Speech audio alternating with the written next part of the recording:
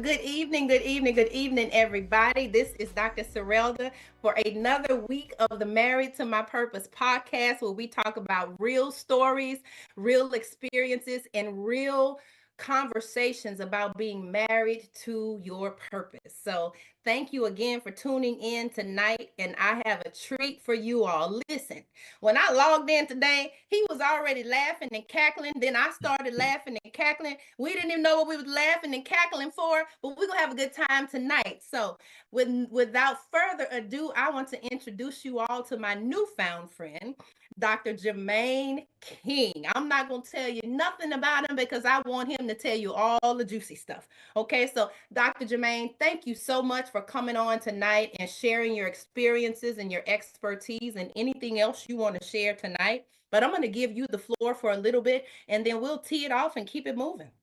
You have the floor, Okay. sir. All right. So first off, thank you so much for having me. I will tell you first and foremost, I know that you have a great audience. So and I've looked at your videos and one, thank you so much for having me today. A little bit about myself. I am currently active duty in the United States Air Force. I made an Air Force. Oh, shoot. Air Force. Okay, Air Force. fine. Yay. Yeah, Air Force. So been in for about 23 years. I'm currently the Chief Human Resource Officer, overseeing about 3,000 people. I would say in my Air Force career, I've been everywhere. I've been Greenland, Japan, Wow. Iraq, Saudi Arabia, Brazil, you name it. Traveled, been on almost every continent except for Antarctica. So, Wow. and I will say my background, I have a master's degree in organizational development. My doctorate degree is in adult learning and leadership. So I love pretty much learning how people think and trying to make the workplace and organization better because of it. Mm-hmm. So I love understanding people. I love making change and fruitful change. Uh, Mm. I am a professor for several universities. Uh, Wow. I sit on a couple of boards trying to help veterans and their transition. And I'm a columnist for magazines. And Mm. I would say to round that up, I love spending time with my family and going to the gym. I love it. Where are you originally from? So originally from East St. Louis, Lou. Okay. Okay. Originally from there, and then been everywhere, pretty much Oklahoma down to Texas. Okay, I hear a little draw going on. I'm from Louisiana, so I'm like I can hear a little draw, and then I'm like, he's been in the Air Force for some years, so it kind of flows in and out. So A I little country in there, a just a little little bit. country twang in there. Okay, okay. So first of all, thank you for your service. Thank 20 you. plus years in the military, that is no easy feat.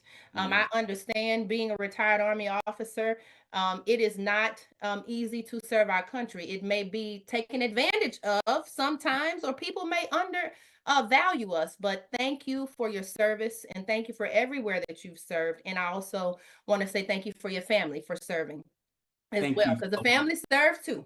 Yeah, they most definitely do. Yes. So talk to me tonight about this topic you want to kind of tap around for a couple of minutes. Tell me about that. So I think the one thing that I did want to talk about, and I think on a lot of people's minds is what are the keys to success? What are the Mm, keys to growth? What's the keys to engagement? And it's not all wrapped up into one. I think that people really have to understand that there's some keys to growth as far as you go, as far hmm as you coming up in your career and the direction you want to go. But I think the other piece is engagement. And I think mm, a lot of people are sometimes caught up into trying to prove that they are good at their jobs. But mm. sometimes what's lacking is those soft skills. And it's Wow. overlooked sometimes. And I think the last part is follow through. Success. Success is always continuous. So pretty much just breaking those three things down and just some lessons that I've learned uh, hmm through my career in the military and moving forward. Wow. One of the things that resonated with me earlier is soft skills. And of course, both of us came from the military space. You're still in the military space. And so when we put on a uniform, we don't nobody want to sit here nothing about no soft skills. You know, you None. need to ruck up and get on the plane or, do the ruck march or whatever it is. And Correct. as a female, even more so, when I came in, I was combat arms. I was air defense artillery. So for me, I wasn't trying to stand out with no soft skills. I was in a combat arms environment with mostly men and most of the people that did not look like me, male or female. So I was in a very cutthroat, no nonsense, get it done. We don't care how you feel, be in formation at the right time or you get in trouble type of environment, very structured Yeah. culture. And so I was always taught you don't go into a place to stand out. You're going to fit in. You're in the army. We have one standard and it has nothing to do with yours. And so I'm saying all of that because I can remember times where I felt like my personality was inherently caring. And Mm. sometimes in combat arms, most of the time, they didn't care about that. They See, didn't care and I about that. think to bring up your point, it's funny because in the Air Force, I was combat arms, but combat arms is a division of military police in the Air Force. So I Mm, relate to what you're saying because again, law enforcement is very by the book. There's laws, and again, that carrying that empathy piece, mm-hmm. it has its place, not all the time though. So Yeah. the soft skills is what we're learning as we move higher within our organizations, and they become more in play. Where when you're at the lower levels, you are more concerned with knowing your job Mm-hmm. and being able to do your job. But again, those soft skills is what's going to carry you forward. And Wow. I don't think a lot of people understand how truly important those soft skills are when succeeding in life. Hmm. I agree with that. And for me, we're talking about the military side here initially, but I also want to focus on the spaces that you're in that are not military. Obviously, you are a professor at several different universities, and Mhm. so it's probably easier to navigate in and out for those soft skills. But when you talk about the military, you talk about the armed forces, like you said, it has its place. And Mhm. let's be clear, there are some professions in the military, whether Air Force, Navy, Army, Marine, Coast Guard, Space Force, that really need to use soft skills like HR and finance and Mhm. comptroller and those areas that directly talk to people in order to get something done. You have to build relationships. In some of those areas in the military, you want to have a battle buddy. Are you ready? Are you gonna cover me while I move? That's it. I Yes, don't need to know your grandma's name if she was from North Carolina. I don't care. We'll talk about that later, but we moving right now. As yes, opposed to you're in an office, you're doing HR, you're changing people's orders, you're creating orders, and that relationship makes a difference. It's a different type of relationship. And you said something earlier, Dr. J, when you said the Air Force, in the Air Force, it equated to combat arms on the Army side. You talked about MPs, military police, but you also said something that was key that stood out to me. And you said empathy had its place and soft skills had its place. And the thing is, we see it differently. yes. We Because do. when I was in the military, they said we don't want that little softy stuff going on in here. We just need to get the mission done. Yeah, but that softy stuff that you define it as is still part of the person. And I think you brought up a key point. You said softy. So a lot of people see soft skills as being soft or letting people get away with certain things. And that's not it. One Mm-mm. of the articles that I actually written on LinkedIn, it was the art of telling people no. and, Mm. and how you say no, because again, that's part of your success.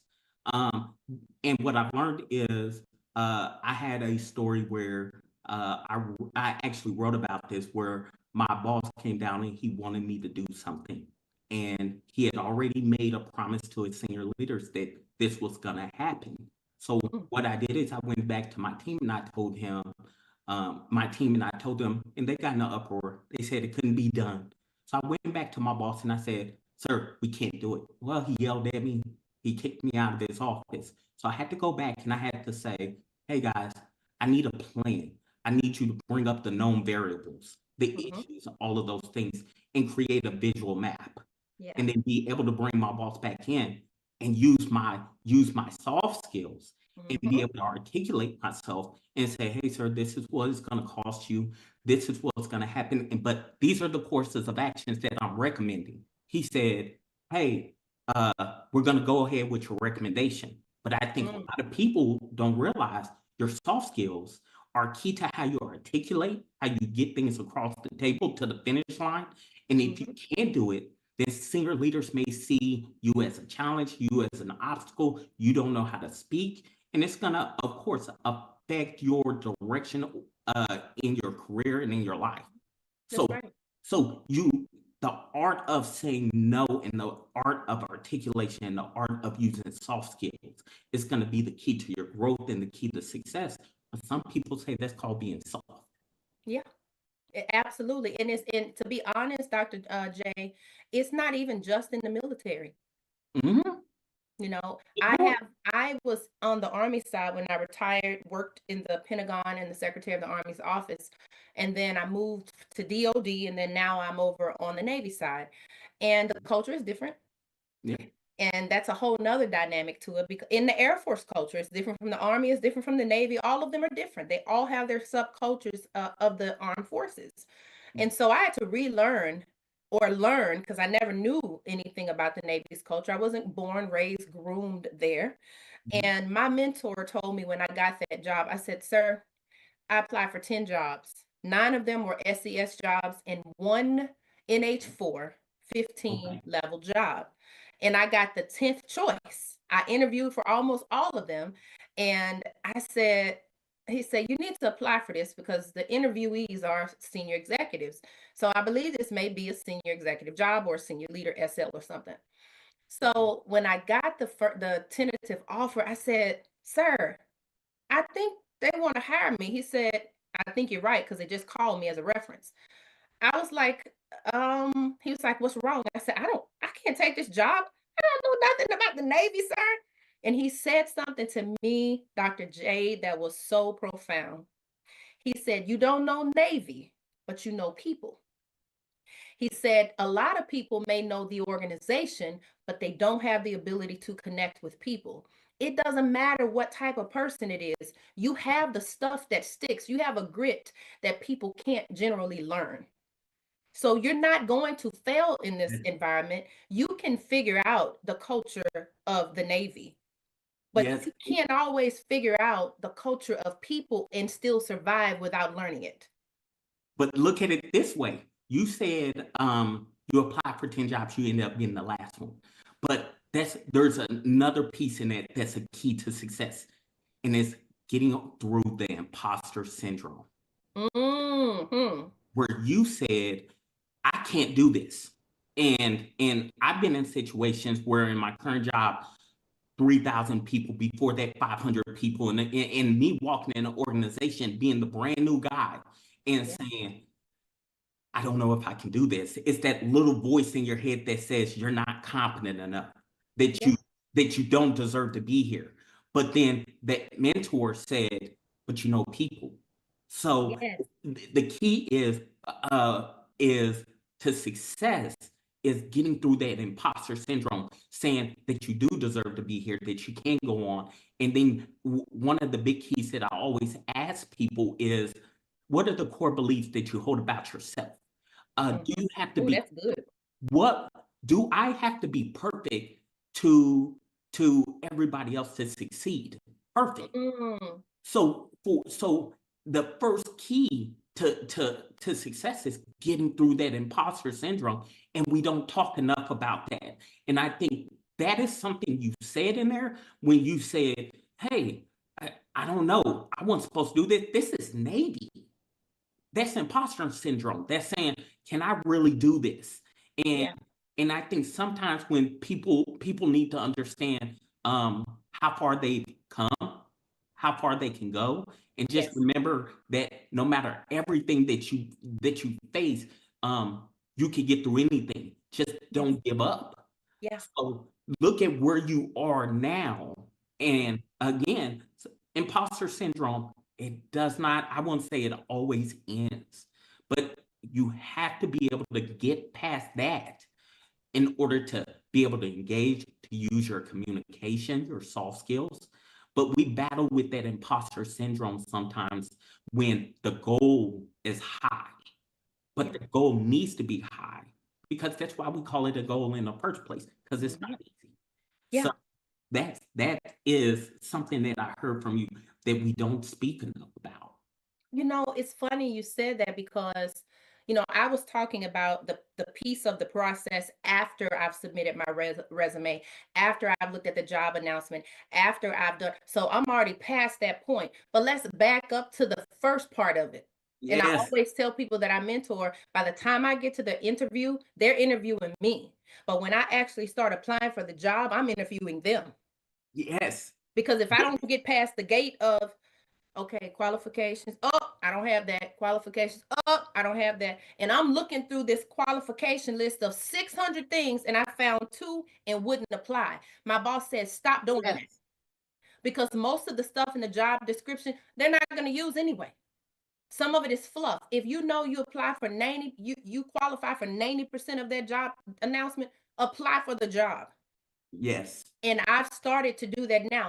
I will tell you something else that happened that makes me think about the imposter syndrome concept that we're talking about.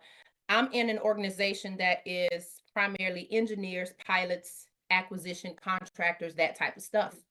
And so we were looking to do a contract for a coaching contract. I don't know anything about contracting. They gave me the task, but I said, okay, in my head, I'm thinking I'm Army. I know the skill set that I need to pull from. You get Mhm. additional duties. You go find the expert. How do I do this? Give me a template. Let me use you as my subject matter expert and I'll get it done. It's just that easy, but that's what my mind does. Everybody doesn't do that, but that's what I do. So at this point, my boss says, I need you to do A, B, C, and D. And I immediately cringed. I said, she's saying this to me because she clearly knows that I can do it, or she assumes that I can do it, and I haven't told her that I don't know how to do it. So there's a gap in between. She's told me to do it. Maybe she doesn't care that I don't know how to do it, but she knows that I can do it. In my mind, I'm saying I've never done it, so I can't do it. There And you go. finally, I said to her, I said, ma'am, I'm just going to be honest with you. I do have a learning curve. I've never done contracting stuff. So where is the POC that I can talk to? Because you've given me a deadline of 7 days. If I don't get it in 7 days, it's because I didn't know who to reach. That's the only reason I would not get it to. She said, wow, nobody's ever explained it and was just this honest. It becomes easier. And after that, listen, I'm just going to be honest, ma'am, sir. I have a learning curve with this piece. I've never done this before. But if you give me a POC that's done it, I got it. And it was just that easy. But in my head, nothing would have ever told me to do that before. I was so afraid until I didn't get it done at all. And that's not the best answer. Well, I will say this, you bring up humility.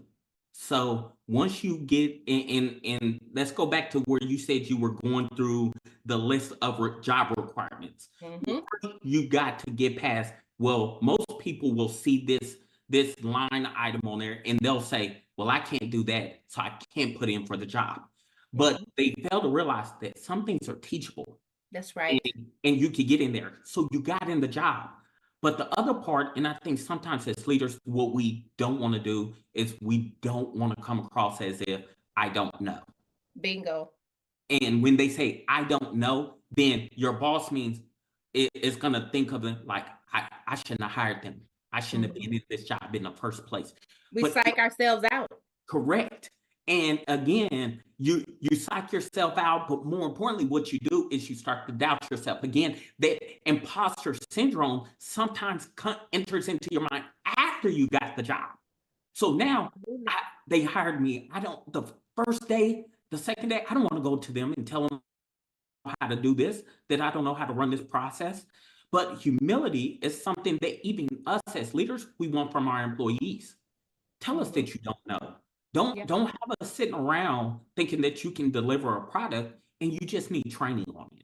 So Mm-hmm. sometimes as leaders, we imposter syndrome is still going after the job, But even on top of that, humility goes a long way. To be able to go to your boss or to your employees and say, hey, guys, I just don't know this. Can you train me? Can you teach me?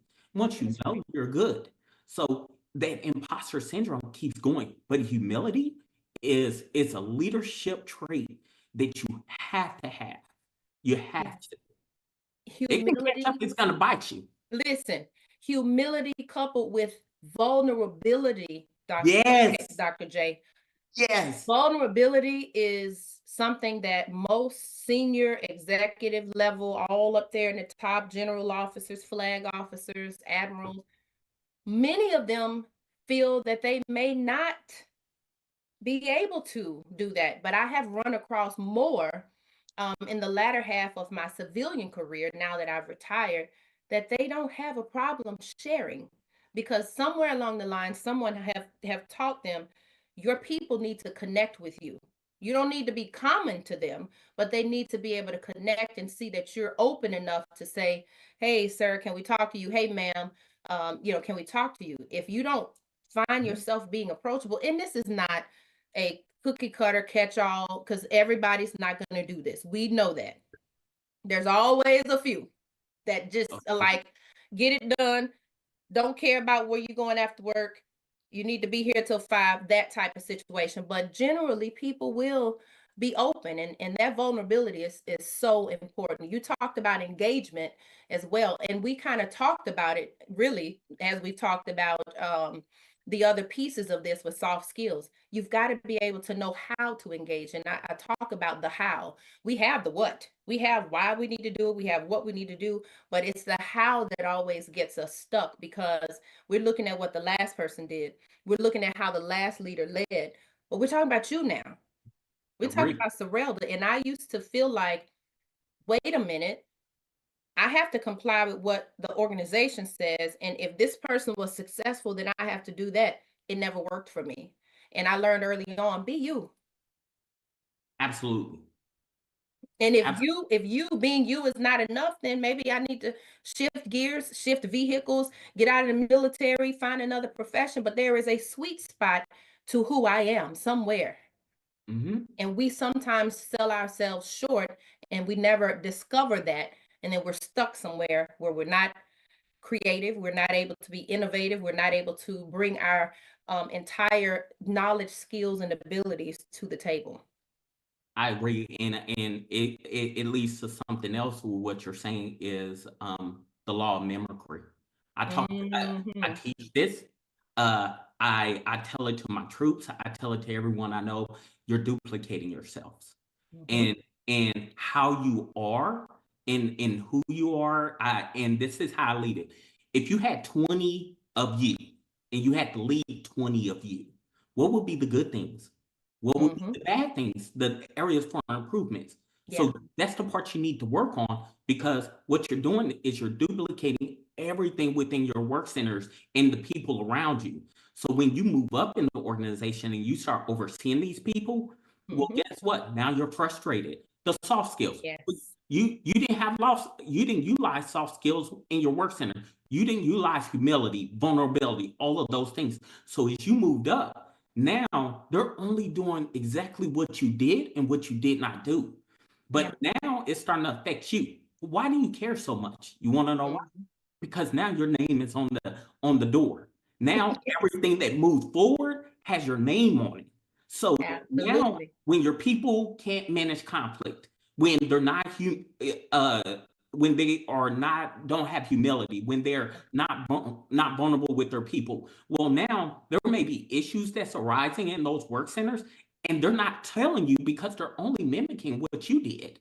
But Yeah. now it's starting to affect you. So it's the soft skills, and what people fail to realize is that the duplicated efforts of who you are as a leader is going to affect your work centers. It's going to affect your careers. It's going to affect your ability to find a job and appointment. So you got to be the leader that you want to see in the world. Yeah. You Yeah. have to be that. It's all about relationships, and it's all about connections. Like 100. everything you're talking about, if I had an umbrella, I could put that plop it up and say it's all about relationships, it's all about connections, and the how. Sometimes we have the concepts, sometimes we have the skills, but the execution of them, where is it? I don't see it. You're saying it, but I don't see it in execution. So wow, listen, give us some tips, Dr. J, as we've talked tonight, and let us know how we can find you on social media or wherever. If you have any classes, any courses, talk to the audience about you as we get ready to close out. All right. I will tell you, you can reach me on LinkedIn, CSMGT Jermaine King. I'm on LinkedIn. So again, Jermaine King, that's how you can really get in contact with me. Again, I love helping people. That's my passion. So if you got questions, you got issues, concerns, you can reach out to me through there.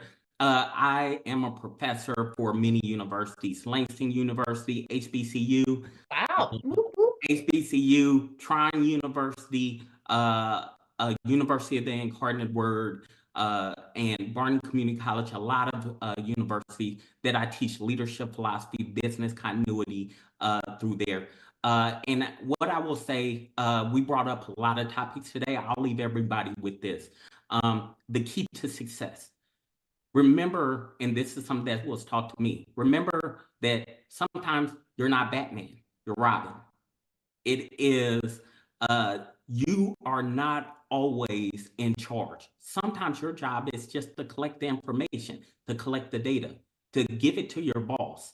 And behind closed doors, give them the information and everything that you feel, the good, the bad, the ugly about it. But the biggest thing is when the door opens, then you got to move out and stuff because you let your feelings be known. And I'll say this, you would want the same thing if you were in the leadership position. You would want your people to do the same thing, be upfront, honest, give all the facts. But when you make a decision, then you expect it to be carried out. So sometimes Robin is exactly who you are, and that's okay.